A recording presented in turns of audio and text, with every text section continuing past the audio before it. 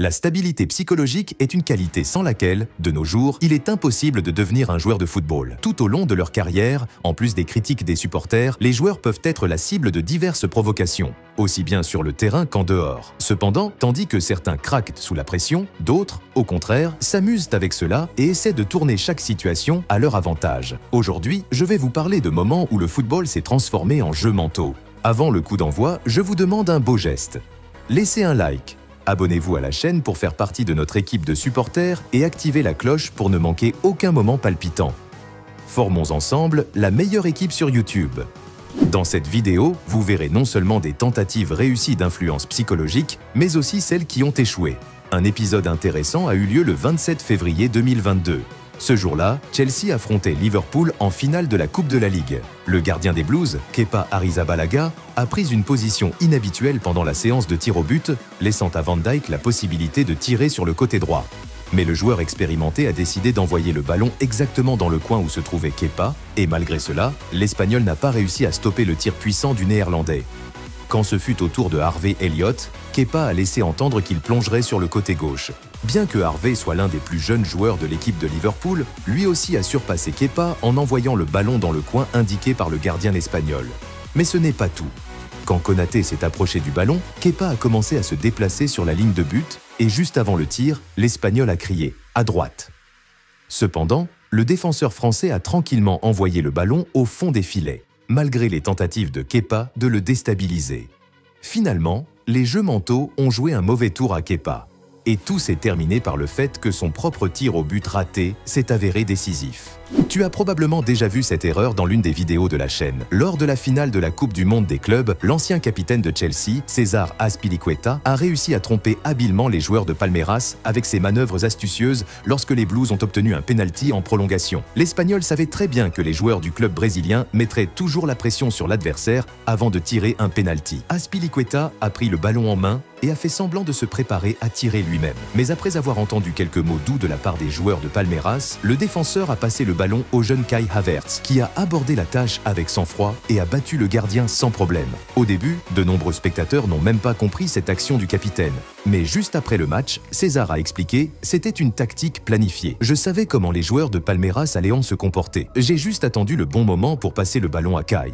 Ensuite, j'ai écouté tout ce que les adversaires avaient à me dire. Tout a fonctionné et c'est le plus important. » Quelques années auparavant, lors du championnat portugais, il s'est passé un cas assez drôle. Alex Telles, qui jouait alors pour le FC Porto, s'est préparé à tirer un penalty lors d'un match contre Maritimo. Le gardien adverse, Amir Abedzadeh, a décidé de mettre la pression psychologique sur le Brésilien et lui a crié « Tel, tu es un grand joueur. Trompe-moi, mec. » Cependant, au lieu de faire une panenka, Alex a décoché un tir puissant dans le coin droit que le gardien a réussi à arrêter. Quelques secondes plus tard, Abedzadeh s'est de nouveau adressé au Brésilien et lui a dit « Merci Alex ».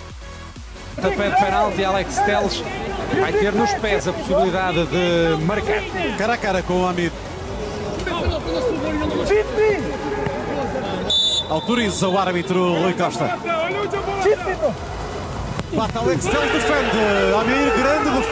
L'influence sur les joueurs peut venir non seulement des participants au match, mais aussi des spectateurs. Et ce n'est pas toujours de manière honnête. Lors de la séance de tir au but de la Coupe de la Ligue entre Manchester United et Middlesbrough, les supporters visiteurs à Old Trafford ont tenté par tous les moyens de perturber les joueurs de United en utilisant des lasers. Et finalement, cela a fonctionné. Les fans ont réussi à désorienter l'un des meilleurs tireurs de penalty de United, Wayne Rooney, qui n'a pas réussi à transformer son tir. En revanche, l'ex-joueur du PSG Neymar, dans une situation similaire, n'a pas cédé à la provocation et a totalement contrôlé ses nerfs. Lors d'un match à l'extérieur contre Lyon, le Brésilien a eu l'opportunité de tirer un penalty. Et malgré les lasers pointés sur ses yeux par les supporters, Neymar est resté concentré et a marqué avec assurance face à Anthony Lopez. La même chose a été observée lors du match de la Coupe du Monde 2014 entre la Russie et l'Algérie. À ce moment-là, l'équipe russe menait par une marge minimale. Mais à la 60e minute, pendant la tentative de coup franc, les supporters algériens ont commencé à éblouir Igor Akinfeyev avec des lasers. Cela a peut-être causé sa sortie ratée du but, qui a été exploitée par Slimani, marquant ainsi le but égalisateur pour son équipe et éliminant l'équipe russe du tournoi. Beaucoup connaissent Andrea Pirlo comme l'un des meilleurs milieux de terrain de son époque. Mais revenons au 24 juin 2012. Ce jour-là, à Kiev, un match opposait les équipes nationales d'Angleterre et d'Italie. Ce jour-là, le gardien anglais Joe Hart a tout fait pour mener son équipe à la prochaine étape des quarts de finale de l'Euro 2012. Lors de la séance de tir au but, le gardien faisait des grimaces effrayantes pour intimider psychologiquement ses adversaires. Joe Hart a décidé d'utiliser cette même tactique contre Pirlo, comme l'a raconté Andrea 3 ans plus tard. À ce moment-là, j'ai vu que le gardien faisait des mouvements étranges, alors j'ai attendu qu'il vacille. En effet, Hart a tout essayé pour influencer l'Italien, mais cela n'a certainement pas fonctionné avec le légendaire Andrea Pirlo. Il a montré des nerfs d'acier et a tiré calmement le penalty, laissant Hart complètement désorienté. Au final, l'équipe italienne, grâce aux erreurs de Young et de Cole, s'est qualifiée pour les demi-finales. Quelques jours plus tard, un journaliste a demandé à Pirlo « Andrea, êtes-vous d'accord pour dire que votre penalty a été un coup psychologique pour les Anglais ? Je ne sais pas vraiment, mais je pense que ça a aidé. » Jusque-là, Hart semblait très confiant, mais ensuite, il a donné l'impression que ce penalty l'avait psychologiquement ébranlé. On peut donc dire que Pirlo, avec un seul penalty, a moralement détruit non seulement Hart, mais toute l'équipe anglaise. Lors du match de Premier League entre Newcastle et Stoke City, le défenseur Steven Taylor a vraiment perturbé le gardien des Potters. Peu importe où allait Asmir Begovic, Taylor le suivait constamment, faisait des grimaces absurdes et tentait de gêner sa vision. Finalement, le défenseur s'est éloigné du gardien et le coup franc a abouti à un but. Il est important de noter que le tir était si précis qu'il aurait été difficile à arrêter même sans l'intervention de Taylor. Cependant, avec sa provocation inhabituelle, Steven Taylor a clairement ébranlé l'état psychologique du gardien.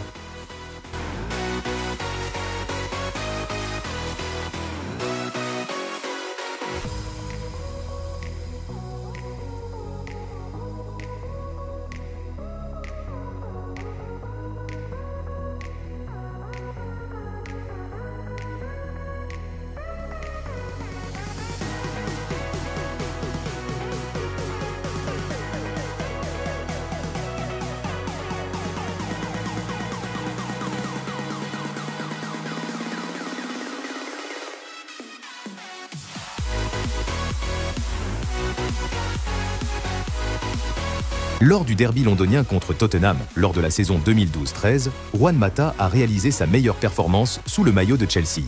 Ce jour-là, l'Espagnol a marqué 2 buts et délivré une passe décisive. Mais au cours du match, le milieu de terrain a également eu un conflit avec Kyle Walker. Le défenseur anglais savait qu'il devait d'une manière ou d'une autre influencer Juan. Et en deuxième mi-temps, il s'est comporté de manière grossière lors d'un choc avec Mata sur le côté gauche. On ne peut clairement pas considérer l'Espagnol comme un joueur physiquement imposant, contrairement à Kyle. Juan n'a pas réagi aux provocations de Walker, mais celui qui rit, le dernier, rit le mieux. Quelques minutes plus tard, Juan a désarmé l'Anglais presque au même endroit, le laissant dans une position ridicule, puis s'est approché du but et a fait une passe à Daniel Sturridge, qui a fixé le score final à 4-2 en faveur de Chelsea. L'expression sur le visage de Kyle après le but prouve qu'il n'est jamais bon d'irriter un adversaire, surtout lorsqu'il réalise le meilleur match de sa carrière. Et les supporters de Tottenham ont commencé à quitter les tribunes. Lors de la saison 2019-2020, lors d'un match entre Chelsea et Liverpool, l'ancien milieu de terrain des Blues, N'Golo Kanté, a réussi à prendre sa revanche sur le défenseur des Reds, Virgil van Dijk, pour ses provocations. Dans une action en première mi-temps, le Néerlandais a facilement repoussé son adversaire et l'a regardé avec un sourire sarcastique et un air arrogant. Kanté n'a pas prêté attention à cela et, en deuxième mi-temps, il a réalisé une incroyable course en solo, marqué un but magnifique et pris sa revanche sur Van Dijk. La réaction du défenseur en dit long. Lors d'un match à domicile contre Liverpool pendant la saison 2021-2022, l'ex-milieu de terrain de Leicester, James Maddison, a tout fait pour perturber l'attaquant des Reds Mohamed Salah pendant l'attirage d'un penalty. L'Anglais s'est approché de l'Égyptien avant la tentative et lui a murmuré quelque chose à l'oreille, apparemment en lui suggérant la direction où il devait tirer. Finalement, le gardien Kasper Schmeichel a arrêté le tir de Salah et le rebond de l'Égyptien a touché la barre transversale. Bien que nous ne sachions pas exactement ce que James a dit à Salah, au moment où le tireur de penalty est totalement concentré sur son tir, même une petite plaisanterie peut perturber son état psychologique. José Mourinho a toujours été considéré comme un maître des jeux mentaux, comme le montre chacune de ses conférences de presse. Une fois, le Portugais a réussi à influencer indirectement le résultat de la course au titre de la Premier League lors de la saison 2013-14. Vous vous souvenez sûrement de l'énorme erreur de Steven Gerrard qui a coûté le trophée à Liverpool. Ce jour-là, les choses ont été encore plus intéressantes. Lorsque le Chelsea de Mourinho a affronté Liverpool, les Reds étaient en tête du classement. En première mi-temps, José a pris le ballon sur le côté du terrain et a refusé de le rendre au capitaine de Liverpool, Steven Gerrard. Cependant, l'Anglais a fini par le récupérer de force. Quelques minutes plus tard, l'aura du Portugais a complètement perturbé Gérard, qui a glissé au milieu de terrain et a offert un but à l'équipe adverse. À ce moment-là, toute l'Angleterre était sous le choc. Comment un joueur expérimenté pouvait-il commettre une erreur aussi bête? Mais en y réfléchissant bien, Liverpool avait désespérément besoin de cette victoire. Et José a décidé de gagner du temps. Gérard a perdu son calme et au final, ses émotions négatives ont peut-être joué contre lui. Finalement, les Reds ont perdu le match et n'ont pas réussi à décrocher le titre en fin de saison. Un incident impliquant Mbappé s'est produit. Et bien que ce ne soit pas totalement un jeu mental contre l'adversaire, cela a au moins aidé son propre gardien. Lors d'un match à l'extérieur en Ligue 1 contre Saint-Étienne, l'attaquant du PSG semblait savoir à l'avance de quel côté son compatriote Rémi Cabella allait tirer le pénalty. Le Français a indiqué à son gardien, Alphonse Areola, de se jeter sur le côté gauche. Le gardien a suivi le conseil et a réussi à arrêter le tir. Le capitaine de Saint-Étienne, Perrin, était impressionné. Il est ensuite allé voir Mbappé pour lui demander comment il savait. Dans le football moderne, la préparation des matchs est tellement minutieuse que même les plus petits détails sont pris en compte. Certains entraîneurs savent que certains adversaires sont psychologiquement vulnérables et n'hésitent donc pas à donner à leurs joueurs des instructions pour les provoquer. On peut mentionner la collaboration entre Mourinho et Diego Costa par exemple. Alors, les amis, c'est tout pour la vidéo d'aujourd'hui. Si vous êtes arrivés jusqu'ici, n'oubliez pas de laisser un commentaire pour nous dire ce que vous en avez pensé. Pensez aussi à mettre un pouce bleu, à vous abonner à la chaîne et à activer la cloche pour soutenir notre travail. Voilà, c'est tout pour moi. À bientôt.